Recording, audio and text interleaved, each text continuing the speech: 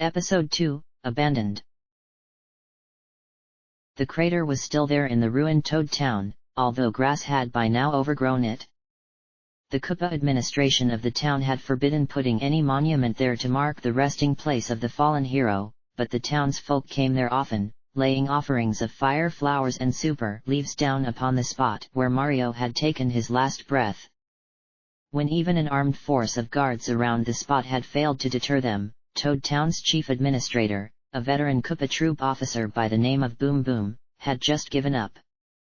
It wasn't doing any harm, really. Tears weren't going to bring Mario back. Toad Town had never been rebuilt. While there had been a movement to fortify it and transform it into the capital of the Koopa-occupied Mushroom Kingdom, Bowser had ultimately ruled against it. Most suspected that there were too many painful memories associated with the place that he wanted to put behind. The main members of Mario's fighting force were arrested and carried away to who knew where, of course, but the ordinary inhabitants of Toad Town were generally allowed to stay in their old homes, if anything remained of them, of course. The once vibrant town was a sorry sight. Most of the Toad houses were highly damaged, suffering caved-in roofs, cracked walls, and serious fire damage. Even the majestic palace that had once belonged to Princess Peach was a mere shell of its former self. Nobody had bothered to repair it after Mario and Bowser's battle, or even put the fire out. There were massive holes in the walls and ceiling, and much of the white bricks had been stained black by the fire. The flag of the Koopa Empire flew from the tallest tower, although it was difficult for such a sad, dilapidated structure to look threatening.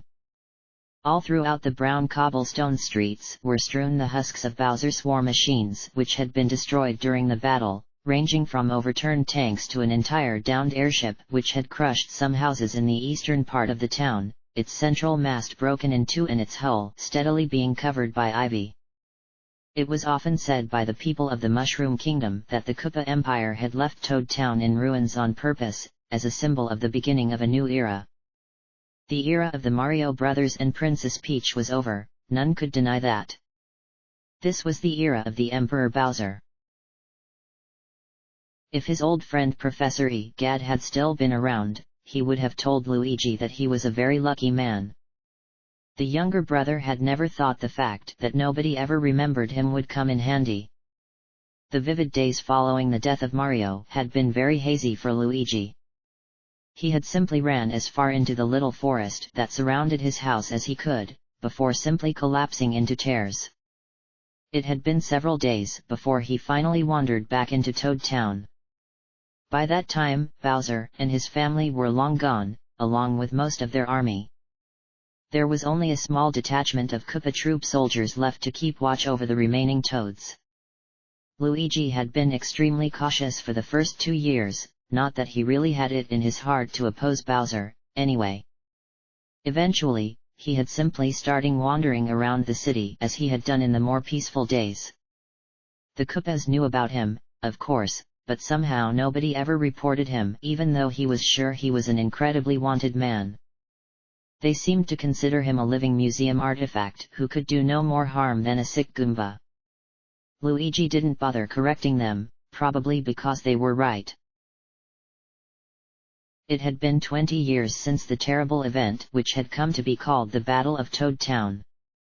Ever since he had gotten over his worries about the Koopas coming in and capturing him, he had never failed once in his daily visits to what passed for Mario's grave. In his 40s, Luigi was not yet old. However, he certainly felt like it. He walked with his head down, rarely meeting another person eye to eye. Much had changed in the mushroom world since Luigi had last traveled it.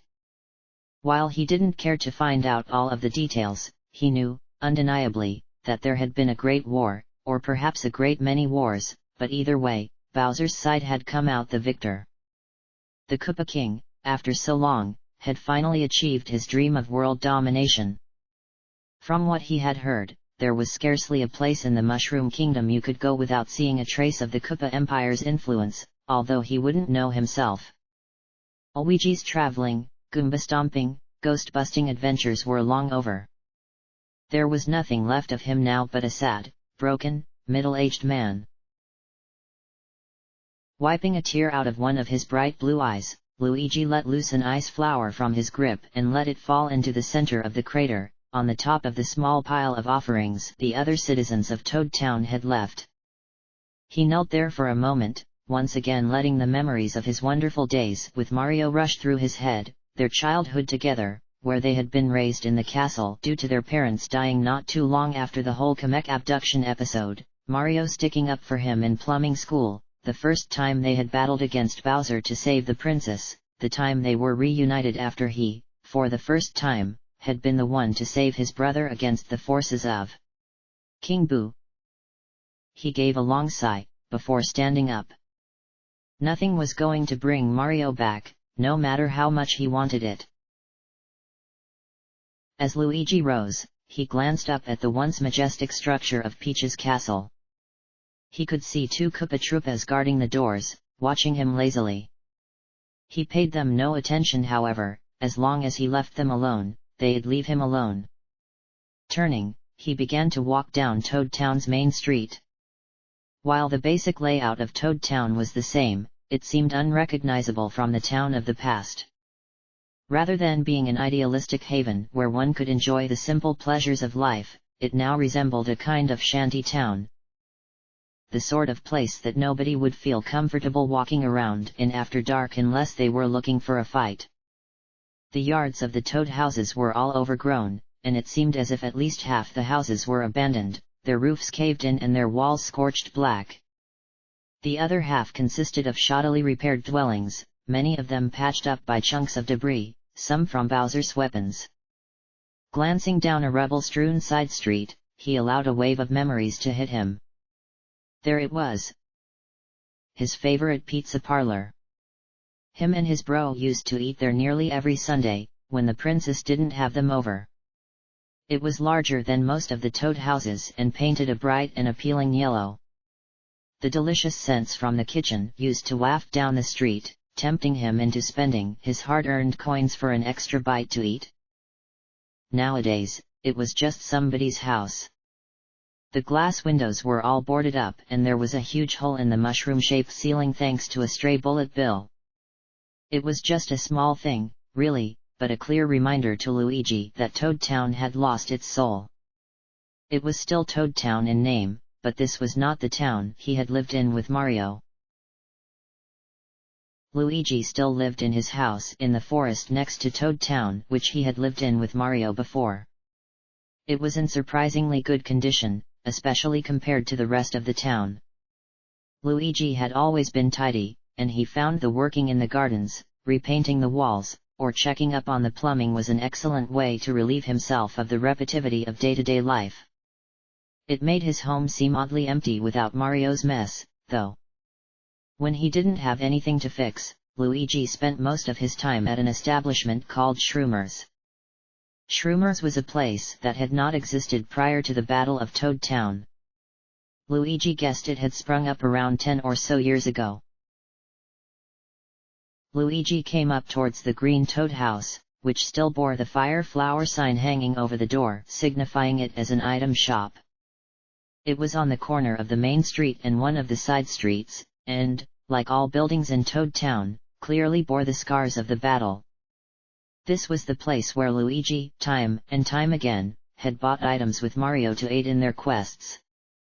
These days though, it was a bar, and not exactly a classy one, either. It supposedly sold Chut Cola-Cola, although Luigi thought that claim dubious. There was something a little off about it. It wasn't quite sweet or bubbly enough, and it tasted a bit watered down. That wasn't surprising, really.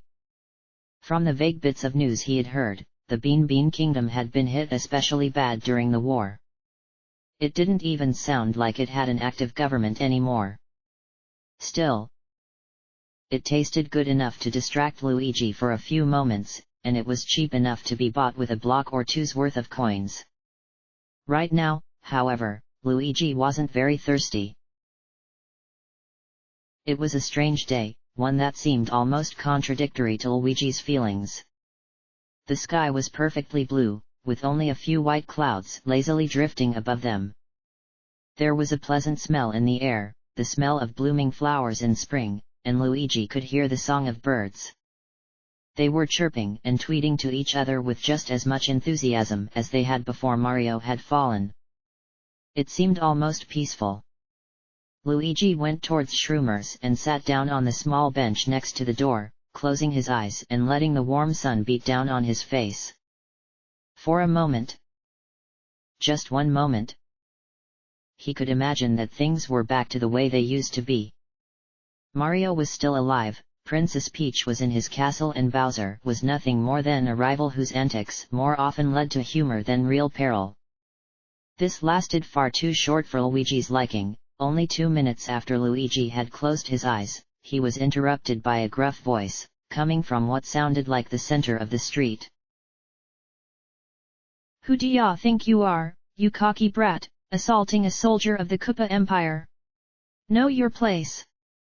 There was a heavy slap, followed by a painful grunt. Luigi opened his eyes. There, a few feet away from him, were 2 Koopa Troopas and 1 Charginchuk. The Charginchuk had grabbed a blue-colored Yoshi by the neck and was holding him tightly while the Koopa in front of him hit the captured dinosaur. "Hey, you started it!" the Yoshi snarled. "It wasn't my fault you don't let anybody within 10 meters of the castle. We have the rule for a reason, punk," the Charginchuk growled. "The boss doesn't want people like you coming and messing things up for him." The Yoshi glared at him, before abruptly kicking his captor in the chest. The Charginchuk didn't seem at all affected. "You're going to have to hit a lot harder than that if you want to knock the wind out of my lungs, kid," he smirked. "Who do ya think you are? Mario?" The Yoshi tightened his fists. "If I were Mario, do you think I'd just sit back and let you take me in?" he shouted defiantly. "Not a chance. I'm doing what he would have wanted me to do. I'm kicking your shells back to Bowser's castle." The Koopa behind the Yoshi snickered. "You're doing a great job doing that, punk. I'm so scared." He laughed, slapping the Yoshi hard on his blue head. Luigi looked away. Things like this happened all the time in Toad Town. Kids would get reckless, and the Koopas would put them in their place. The Yoshi would go home, probably after a couple days in the cells, with a sore head, and would know not to trouble the Empire again. He had seen it happen before. Suddenly, Luigi imagined Mario next to him. It was almost as if the plumber was standing in front of him, glaring at the scene occurring on the roads. "Those cowards!" Mario exclaimed, glaring at the Koopas and tightening his fists. He turned to Luigi. "Luigi, we can't let them get away with this. Let's go."